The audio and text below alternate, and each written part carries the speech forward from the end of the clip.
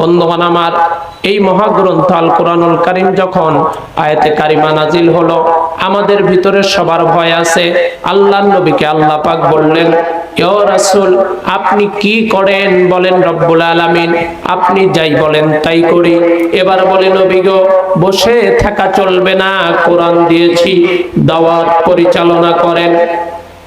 বিশ্ব নবী কোরআনুল কারীমের তেলাওয়াত করা আরম্ভ করে দিলেন। কাবার চত্বরে আবু জেহেলের গুপ্তচরেরা গিয়ে বলছে, ও নেতা, হৃদয়ে ব্যথা ব্যক্ত করব হেথা, আছে অনেক কথা। বলে, কি কথা? বলে, আপনার ভাতিজা নিজের নামে আইন পাশ করেছে, নিজেই একাই 100, আমাদের সমস্ত ধর্মের মুখে চুন কালি মেরে নিজের উপরে নাকি কোরআন নাজিল হয়েছে, এই কোরআনুল কারীমের তেলাওয়াত করে। আবু জেহেল ডাক দিয়ে বলছে, বলো কি? বলে, হ্যাঁ, এই মুহূর্তে দেখে আসলাম তাই করতেছে। বলে, লোক হয়েছে কেমন? কয়, যত লোক যায় সবাই কালেমা পড়ে মুসলমান হয়ে যায়। এখন একবার জোরে জোরে বলা যাবে কিনা মারহাবা? বন্ধুগণ আমার, আবু জেহেল বলল, কি করা যায়? এবার বলতেছে, ঢাক ঢোল পিটাইয়া দাও, 12টা রাস্তার মোড়ে গান বাজাওয়ার বলে দাও, এই মক্কানগরে একটা পাগল লড়াইছে, এই পাগলের কাছে কেউ যাবা না, এই পাগলের কাছে যাবা যারা, ধরা খাবা তারা। মানুষও দেখবেন যেইখানে সার্কাস সেইখানে মানুষ বেশি, যেইটা নিষেধ করবেন সেইখানে মানুষ বেশি। এবার বলেন তো দেখি, আল্লাহর নবী পৃথিবীর জমিনে সবচাইতে সুন্দর মানুষ, সবচাইতে সুললিত কণ্ঠ, সবচাইতে চরিত্রবান নবীজি, তার উপরে কোরআন নাজিল হয়েছে।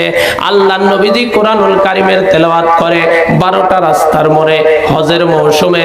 আবু জেহেল যখন ঢাক ঢোল পিটাইয়া বলে, পাগল বাড়াইছে, পাগলের কাছে কেউ যাবা না, যেই মানুষটাকে বলে ওই মানুষই চিন্তা করে হজ পরে করব, আগে পাগলের পাগলামি দেখে আসি।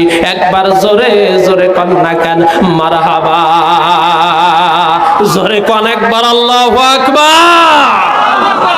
যেই কাজ পরে হতো সেই কাজ আগেই হয়ে যাচ্ছে।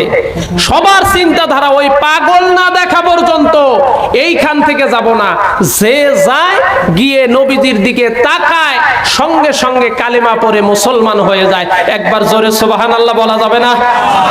আরো জোরে কোন সুবহানাল্লাহ। রাখে আল্লাহ, মারে কে? মারে আল্লাহ, রাখে কে? বলেন তো দেখি, ইজ্জত দেওয়ার মালিক কে? এতে কি কোনো সন্দেহ আছে? ভাইরা আমার, বলেন তো দেখি, চিনির বস্তাতে লবণ লেখে পিঁপড়াকে কি দমন করা যাবে ভাই? কথা বলে না।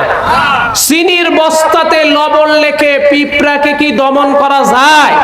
কেউ জবান বন্ধ রাখবেন না। চিনির বস্তাতে লবণ লেখে পিঁপড়াকে কি দমন করা যায়? চিনির বস্তাতে লবণ লেখে পিঁপড়াকে যেমন দমন করা যায় না, ঠিক তেমনি হাঙ্গা দাঙ্গা হামলা মামলা করে, মামলা মুকদ্দমা দিয়ে কোরআনের মাহফিলে 144 ধারা জারি করে মুসলমানদেরকে কোরআনের পথ থেকে আলাদা করা যাবে না, বরং তোমরাই আলাদা হয়ে যাবা। আওয়াজ দিয়ে বলেন ঠিক কিনা?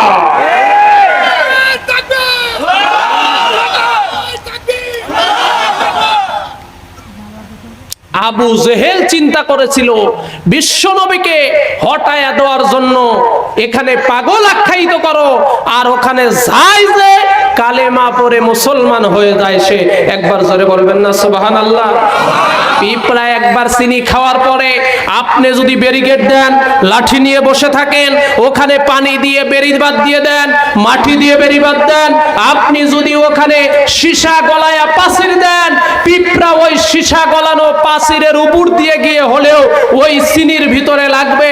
কারণ হলো পিঁপড়া বুঝতে পেরেছে এই চিনির ভিতরে যে স্বাদ আছে লবণের ভিতরে নাই, অতএব জীবন যায় যাক, এই চিনির ভিতরে আমার যাওয়াই লাগবে। ঠিক তদ্রূপ যারা ইমানদার, ইমানদারেরা চিন্তা করেছে আমি কোরআনের স্বাদ বুঝেছি, জীবন যদি দিতে হয় কোরআনের হক কথা বলেই দেব, কিন্তু কখনো বাতিলের কাছে মাথা নত করব না। আওয়াজ দিয়ে বলেন ঠিক কিনা?